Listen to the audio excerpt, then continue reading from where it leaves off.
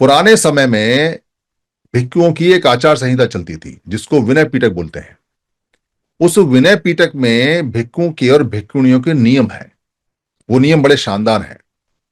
अगर कोई व्यक्ति धार्मिक प्रचार करेगा, अगर कोई व्यक्ति बुद्ध के संग में रहेगा, अगर कोई व्यक्ति धार्मिक संग में बुद्ध के बाद रहेगा, अगर कोई व्यक्ति चीवर लेने की इच्छा जाहिर करेगा, अगर कोई व्यक्ति चीवर पहन के अपना कल्याण करने के लिए धर्म की शरण में जाकर और वहां भिक्षुओं के संग में जाकर रहेगा, तो उसको वो नियम मानने ही पड़ेंगे। ये बाध्यता है। और वो नियम इतने खतरनाक हैं, अच्छे अच्छे भिक्षु उसको पूरा नहीं कर सकते। इसलिए चीवर पहनना हर एक व्यक्ति की बस की बात नहीं है। उसमें बहुत सारे नियम ऐसे हैं। इसीलिए जो भिक्षुओं के नियम की वजह से जो भिक्षु बनते थे, और खासतौर से बुद्ध का जो धार्मिक संघ था, उनकी बड़ी ऊंची मान्यता थी।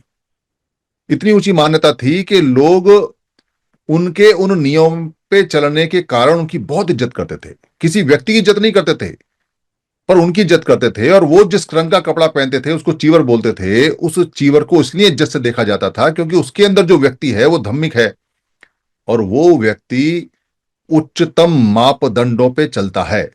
उन उच्चतम मापदंडों की कुछ नियम मैं आपको बता देता हूं। घर छोड़ना पड़ेगा अगर चीवर लेगा तो।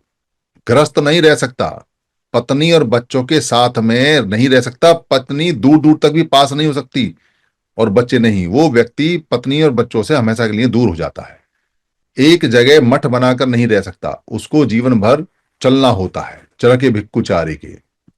वो व्यक्ति अपने हाथ से रजत या सोना चांदी नहीं छू सकता, ले नहीं सकता, रख नहीं सकता, अपने नाम से नहीं ले सकता, कोष नहीं बना सकता उसका। कोई दूसरा व्यक्ति भी उसके नाम से सोना चांदी जमीन जायदाद नहीं इकट्ठी कर सकता। वो जो व्यक्ति जो चीवर लेगा, जो धम्म पे चलेगा, जो धार्मिक संघ का मेंबर होगा, वो सिर्फ इतना खाना इकट्ठा करेगा एक दिन में जिससे कि भिक्षु संघ का खाने का काम पूरा हो जाए, वो भी भूख से 20% कम। और गीला खाना लेगा, सूखा खाना ले नहीं सकता। गीला खाना लेगा, पका पकाया खाना लेगा, और जाके खड़ा होगा दरवाजे पे तो मुंह से मांग नहीं सकता।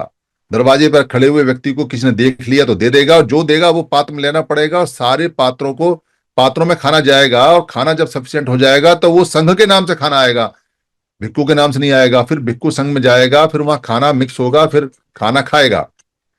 अगर 12 बज जाते हैं तो 12 बजे के बाद खाना नहीं खा सकता।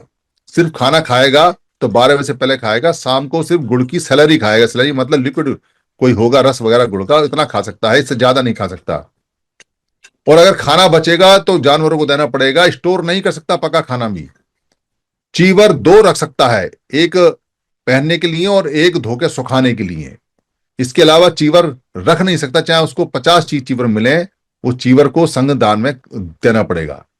जो भी सामग्री आएगी वो भिक्षु के नाम से नहीं आती, वो संघ दान के नाम से आती है, और वो संघ में जमा होती है, और संघ से रिक्वेस्ट करने पे जरूरत के अनुसार संघ उसको देता है। वो किसी भी हालत में कोई भिक्षु उसको रख नहीं सकता। भिक्षु को हर समय लोगों को जागरूक करते रहना पड़ेगा। भिक्षु का कोई नाम नहीं होगा, भिक्षु अपने नाम का प्रदर्शन नहीं कर सकता, भिक्षु अपनी कला का प्रदर्शन नहीं कर सकता, भिक्षु किसी से भेदभाव नहीं कर सकता, और भिक्षु धम्म के अलावा एक शब्द नहीं बोल सकता। ये खास है बात है। कोई भी जो चर्चा होगी वो वही चर्चा होगी जो धम्म में शुरू से लेकर आखिर तक बताई गई है। अपने मन से कोई भी आदमी धम्म को टेढ़ा मेढ़ा नहीं कर सकता, किसी और सब्जेक्ट पे बोल नहीं सकता, कोई और विचार विमर्श दे नहीं सकता। और राजा की नीति या राजा की बात पे तो सिर्फ जो सलाह दे रखी है बुद्ध ने या धम्म में, वही दे सकता है कि आपको ये करना चाहिए, ये नहीं करना चाहिए, वो राजा की मर्जी है। ये सारे नियम हैं। इन सारे नियमों में कोई भी भिक्षु या कोई भी भिक्षु संघ आम आदमी की आचार संहिता नहीं बना सकता। बुद्ध ने और बुद्ध के भिक्षु संघ ने आम आदमी के लिए कोई आचार संहिता नहीं बनाई, क्योंकि वो आम आदमी उनके भिक्षु संघ के मेंबर नहीं है। उनको सफेद कपड़े पहने, वो लाल कपड़े पहने, वो टीका लगाएं, वो बिंदी लगाएं, वो खाना खाएं, वो नाचें, वो गाएं, वो मौज मस्ती करें, वो बच्चे पैदा करें, वो शादी करें, वो पैसा कमाएं, वो पैसा दान में दें, उनकी इच्छा। उनको सिर्फ पंचशील पर चलने के लिए रिक्वेस्ट की गई है कि आपको पंचशील पे चाहिए, और पंचशील भी वो मांगेंगे तब, कोई जबरन नहीं है। कोई व्यक्ति जो भिक्खु से पंसील मांगता है, उस पर चलना चाहता है, तो भिक्खु से आके निवेदन करे, पर बाध्यता नहीं है कि कोई भिक्खु जबरदस्ती कहेगा कि तू पंसील मान, तुझे पंसील पे चलना है या तू ऐसा मान। और कोई नियम विनय का किसी भी हालत में आम आदमी के लिए नहीं है, किसी भी हालत में आम आदमी। आप बुद्ध ने अपने पूरे भिक्खु संघ में कभी नहीं कहा किसी व्यक्ति को कि तेरे को ऐसे कपड़े पहनने हैं, तेरे को बिंदी लगानी है या नहीं लगानी है, तेरे को गले में कुछ पहनना है या नहीं पहनना है, तुझे अंगूठी पहननी है या नहीं पहननी है। उनका इन बेकार की चीजों से कोई लेना देना नहीं। उन्होंने सिर्फ ये कहा कि तेरे को झूठ नहीं बोलना है, तेरे को व्यभिचार नहीं करना है, तेरे को नशा नहीं करना है, तेरे को किसी भी हालत में जो शराब है वो नहीं नहीं पीनी है, और तेरे को हत्या नहीं करनी है। ये 5 सील का पालन कर, तेरा कल्याण हो जाएगा। तू खाता क्या है, पीता क्या, रहता क्या है, कहाँ कमाता है, क्या नहीं कमाता है, वो नियम सारे के सारे बात के हैं, अगर तेरे को सॉल्यूशन करना हो, अगर तेरे को मुक्त होना हो। ये बेसिक नियम है। क्योंकि सारे काम होते हैं, मनुष्य जब गृहस्थ जीवन में रहता है तो सारे काम करते हैं, वो बंधन नहीं है। पर अगर संग में रहेगा तो उसके नियम है।